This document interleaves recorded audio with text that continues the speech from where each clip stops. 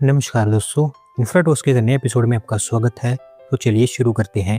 पहली खबर की शुरुआत करते हैं दिल्ली मेट्रो से, जहां पर दोस्तों दिल्ली मेट्रो रेल कॉरपोरेशन ने दिल्ली मेट्रो के अलग-अलग मेट्रो लाइन्स के बीच इंटीग्रेशन को और बेहतर बनाने जा रहा है और इसके लिए अभी 15 मेट्रो स्टेशंस को शॉर्टलिस्ट किया गया है।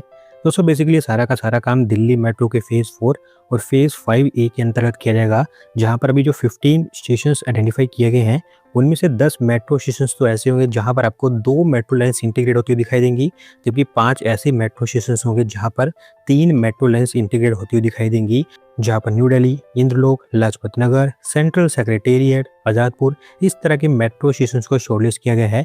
और इसके थ्रू डीएमआरसी की कोशिश ये है कि दिल्ली मेट्रो की अलग-अलग मेट्रो लाइन्स को मैक्सिमम इंटीग्रेशन दिया जाए। अगली दोस्तों अपडेट हमारी रेलवेज की तरफ से है, जहां पर दोस्तों केरला के अंदर अंगमली सबरी रेल लाइन फाइनली हमें आगे बढ़ती हुई दिखाई दे रही है, क्योंकि इसको लेकर केरला सरकार के द्वारा लैंड एक्विजिशन के लिए 505 करोड़ रुपए एलोकेट भी किए गए हैं और साथ ही साथ लैंड एक्विजिशन का काम ग्रांट पर स्टार्ट हो चुका है। दोस्तों ये रेल लाइन आप कह सकते हैं कि केरला की one of the delayed rail line project है। कई सालों से ये प्रोजेक्ट फंसा पड़ा है। हालांकि इसके ऊपर 5-10% काम हुआ था, लेकिन उसके बाद ये काम आगे बढ़ा ही नहीं। कई सालों से ये प्रोजेक्ट फंसा ही पड़ा है। पर अब क्योंकि केरला सरकार और सेंट्रल गवर्नमेंट के बीच में लैंड एक्विजिशन को लेकर सहमति वगैरह बन चुकी है, तो अब होपफुली हमें ये काम आगे बढ़ता हुआ दिखाई देगा।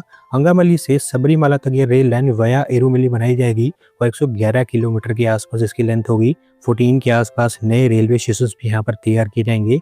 3,801 करोड़ रुपीज का इसके ऊपर खर्च आएगा और कुल मिलाकर से बताया गया है कि 302 हेक्टेयर्स ऑफ लैंड की जरूरत है इसके कंस्ट्रक्शन के लिए, जिसमें से 25 हेक्टेयर्स पहले एक्वायर कर ली गई थी और अब बची हुई 279 हेक्टेयर्स ऑफ लैंड को एक्वायर किया जाएगा। अगली दोस्तों अपडेट आंध्र प्रदेश से है, जहां पर दोस्तों आंध्र प्रदेश सरकार के द्वारा डिसाइड किया गया है कि राजा मुंद्री में ओल्ड हैवलॉक ब्रिज को टूरिज्म पर्पस के लिए तैयार किया जाएगा और इसके लिए भी 46 करोड़ रुपीस आंध्र प्रदेश सरकार ने एलोकेट कर दिए हैं।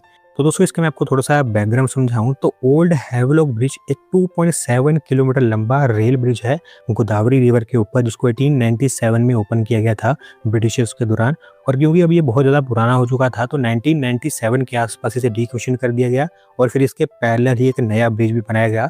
और उसके बाद फिर डिसाइड ये हुआ कि इस पुराने ब्रिज को डिमोलिश और डिसमेंटल कर दिया जाएगा, लेकिन लोगों ने इसको लेकर प्रोटेस्ट किया। वो नहीं चाहते थे कि इस हेरिटेज स्ट्रक्चर को गिराया जाए, तो इसी के चलते अब डिसाइड ये हुआ है कि इस हेरिटेज स्ट्रक्चर को प्रिजर्व किया जाएगा और इसे टूरिज्म पर्पस के लिए तैयार किया जाएगा, जहाँ पर आपको एक AI powered time travel tunnel, aquarium tunnel, hologram zoo, space gallery, heritage desk, selfie points, food courts और एक छोटा रोपवे भी बनता हुआ दिखाई देगा। अभी फिलहाल इनिशियल काम के लिए 46 करोड़ रुपीस एलोकेट हुए हैं और आप कह सकते हैं कि अब ये काम धीरे धीरे आगे बढ़ता रहेगा। अगली दोस्तों अपडेट लखनऊ से है, जहां पर दोस्तों यूपी के अंदर भी अब एक नया लेजिस्लेटिव असेंबली कॉम्प्लेक्स तैयार किया जाएगा सरकार के द्वारा और इसके लिए लखनऊ के अंदर सहारा शहर एरिया को शॉर्टलिस्ट किया गया है। दोस्तों अभी फिलहाल देश के अंदर मल्टीपल स्टेट्स में नए असेंबली कॉम्प्लेक्स की कंस्ट्रक्शन वगैरह हो रही है।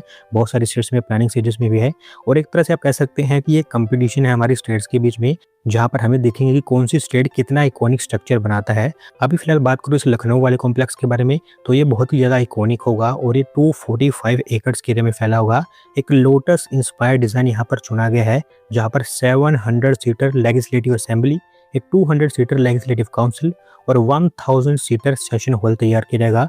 ये सारी चीज़ें इसके सेंट्रल पोर्शन में होंगी, जबकि जो पेटल वाले हिस्से होंगे इस बिल्डिंग के, वहाँ पर आपको offices, library, research centres, digital meeting halls इस तरह की अलग अलग चीज़ें बनती दिखाई देंगी। एक बहुत बड़ा पार्किंग एरिया भी यहाँ पर तैयार किया जाएगा अप्रोक्सीमेटली 5000 व्हीकल्स की कैपेसिटी के साथ। अगले साल के आसपास इसका कंस्ट्रक्शन स्टार्ट हो जाएगा और टारगेट है कि 2029-30 तक इसको कंप्लीट कर दिया जाए। अगली 200 अपडेट राजस्थान से है, जहाँ पर दोस्तों जयपुर डेवलपमेंट अथॉरिटी ने डिसाइड किया है कि जयपुर के अंदर एंट्री पॉइंट्स को एक कल्चरल मेकओवर दिया जाएगा राजस्थान के लोकल कल्चर के बेसिस पर। और अभी फिलहाल इसके लिए 3 ग्रैंड वेलकम गेट्स अप्रूव किए गए हैं। दोस्तों बेसिकली जयपुर की हेरिटेज आइडेंटिटी और टूरिज्म अपील को बढ़ाने के लिए डिसीजन यहाँ पर लिया गया है जयपुर डेवलपमेंट अथॉरिटी के द्वारा। जयपुर के प्रोमिनेंट एंट्री कॉरिडोर्स जैसे कि दिल्ली कुंडा मोड़ अजमेर रूट, घाट की गुनी टोल प्लाजा और गंगा मार्ग, इन एरियाज में आपको एंट्रेंस गेट्स बनते हुए दिखाई देंगे, जहां पर राजस्थान के हेरिटेज और हिस्ट्री को शोकेस किया जाएगा। अभी फिलहाल 5.36 करोड़ रुपीस एलोकेट कर दिए गए हैं इसके ऊपर इनिशियल काम स्टार्ट करने के लिए। और क्योंकि टेंडरिंग वगैरह भी स्टार्ट हो चुकी है, तो अगले 6 से 8 महीने के अंदर अंदर आपको एक काम कंप्लीट होता हुआ दिखाई देगा। अगली दोस्तों अपडेट वेस्ट बंगाल से है, जहाँ पर दोस्तों रेलवेज के द्वारा वेस्ट बंगाल के द्वार रीजन के लिए भी एक नई रेल लाइन को अप्रूवल दे दी गई है और इसके थ्रू रेलवेज की कोशिश है कि रीजनल एक्सेस को इम्प्रूव करने के साथ साथ लोकल टूरिज्म को भी बढ़ाया जाए। तो दोस्तों ये रेल लाइन वेस्ट बंगाल में स्पेसिफिकली खूनिया मोड़ से जलढाका के बीच में बनकर तैयार होगी और 17 किलोमीटर के आसपास इसकी लेंथ होगी। वेस्ट बंगाल के कलिम्पोंग और जलपाईगुड़ी डिस्ट्रिक्ट में सारा का सारा काम होगा। 272 करोड़ रुपीस के आसपास खर्चा आएगा इस रेल लाइन को बनाने के लिए और ये आप कह सकते हैं कि वेस्ट बंगाल के अंदर बहुत ही चैलेंजिंग प्रोजेक्ट होगा। और अब होगा ये कि अगले कुछ ही दिनों के अंदर अंदर हमारी रेलवेज और वेस्ट बंगाल का फॉरेस्ट डिपार्टमेंट ये दोनों मिलकर एक फील्ड सर्वे कंडक्ट करेंगे और फिर उसी के बेसिस पर इसकी फिजिबिलिटी वगैरह और डीपर वगैरह काम होगा।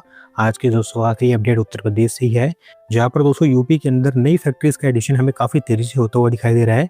और अभी यूपी सरकार के डेटा के अकॉर्डिंग पिछले फाइनेंशियल ईयर के अंदर अंदर यूपी में 4860 नई फैक्ट्रीज ऐड हुई हैं।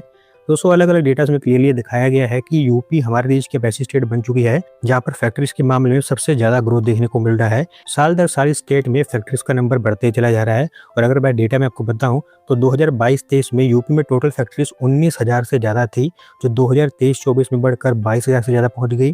2024-25 में आंकड़ा 27,000 से ऊपर पहुंच गया और अब फाइनेंशियल ईयर 2025-26 में 4,860 नई फैक्ट्रीज के चलते यूपी में टोटल फैक्ट्रीज का आंकड़ा 32,000 से ऊपर चला गया है, जिसके लिए यूपी मोस्टली ओवरऑल देश की तीसरी स्टेट बन चुकी है फैक्ट्रीज के नंबर में। जब इसको लेकर सेंट्रल गवर्नमेंट के द्वारा अगला एनुअल सर्वे रिलीज किया जाएगा, वहां पर मोस्टली आपको अपडेट देखने को मिली जाएगी। और अभी दोस्तों ये भी बताया गया है कि पिछले फाइनेंशियल ईयर में जो 4,860 नई फैक्ट्रीज ऐड हुई हैं, इसके चलते यूपी में 3 लाख के आसपास जॉब जनरेट हुई हैं।